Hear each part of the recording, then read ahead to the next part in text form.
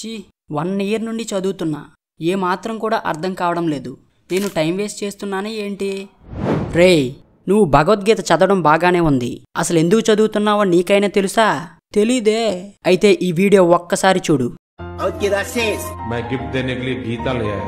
The Gita. Bhagavad Gita Krishna ji की भगवत गीता सुन. Bhagavad Gita can be the perfect teacher. Have you read the Bhagavad Gita? It is a guide for life. Bhagavad Gita. Bhagavad Gita. The Bhagavad Gita. It's called the Bhagavad Gita. Bhagavad Gita. Bhagavad Gita. Bhagavad Gita. The Bhagavad Gita. Bhagavad Gita एक Bhagavad Gita. Stephen Covey जिनकी किताब है 7 Habits of Highly Effective People, उन्होंने बोला मैंने 7 habit Bhagavad Gita से ली. भगवत गीता को राष्ट्रीय पुस्तक घोषित किया जाए. ఎందుకు చాలా మంది భగవద్గీతను చదవడం టైం వేస్ట్ అని అనుకుంటారు? అసలు భగవద్గీతలో ఏముంది?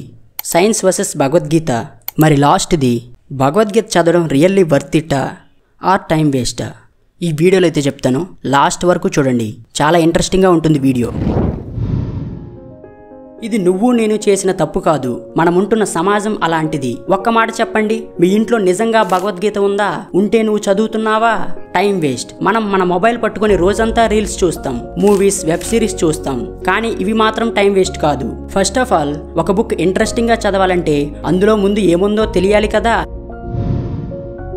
మనందరికీ తెలుసు, అర్జునుడు ఒక మహాయోధుడు. కానీ ముఖ్యమైన కురుక్షేత్ర యుద్ధ సమయంలో అతని కళ్ళల్లో భయం, కాళ్ళల్లో వణుకు, తలలో ఏవో పిచ్చి ఆలోచనలు. అర్జునుడికి కాన్ఫిడెన్స్ మొత్తం పోయింది. ఆ టైంలో ఎంట్రీ ఇచ్చాడండి.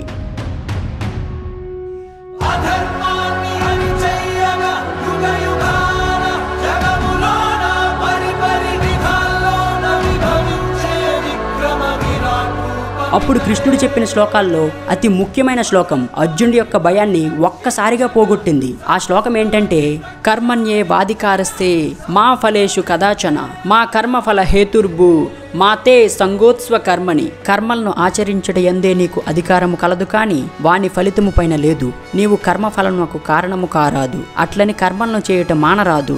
మీలో చాలా మంది అనొచ్చు, మనం టెక్నాలజీ కాలంలో ఉన్నాం కదా, ఈ శ్లోకాలన్నీ 5000 ఇయర్స్ ఓల్డ్ కదా, యూజ్ అవుతాయా అని. ఫస్ట్ ఆఫ్ ఆల్, భగవద్గీతని ఒక రిలీజియస్ బుక్ అని అనుకోవడం మానేయండి. సైంటిస్టులు కనుక్కున్న చాలా థియరీస్ ఈ బుక్ నుండే వచ్చాయంటే మీరు నమ్ముతారా? We all know that Robert Mayer law of conservation of ఎనర్జీని కనుక్కున్నారు. ఇది కాపీడ్ అని మీకు తెలుసా? ఎలా అంటే, లా ఆఫ్ కన్జర్వేషన్ ఆఫ్ ఎనర్జీని 1842లో కనుక్కున్నారు. The energy neither created not destroyed but it can transfer from one form to another. ఇదే భగవద్గీతలో కృష్ణుడు 5000 సంవత్సరాల క్రితమే చెప్పాడు.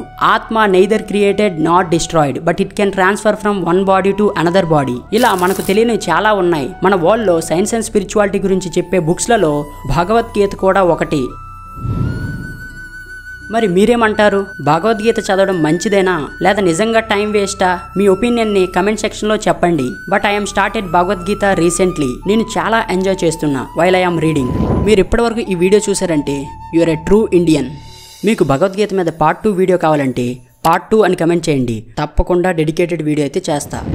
మీరు కూడా ఇలా గొప్పగా మారాలంటే ఈ ఒక్క వీడియోలో మార్చలేను, కానీ నాకు ఇంట్రెస్ట్ ఉంది, చదవడానికి టైం లేదంటే మన ఛానల్లో Bhagavad Gita in just 100 days playlist అయితే ఉంది. రియల్ లైఫ్ ఇన్సిడెంట్స్ ని లింక్ చేస్తూ చెబుతున్నా. చాలా ఇంట్రెస్టింగ్ అయితే ఉంటాయి. కింద డిస్క్రిప్షన్లో లింక్ ఉంది, ఒకసారి వెళ్ళి చూడండి. హరే కృష్ణ.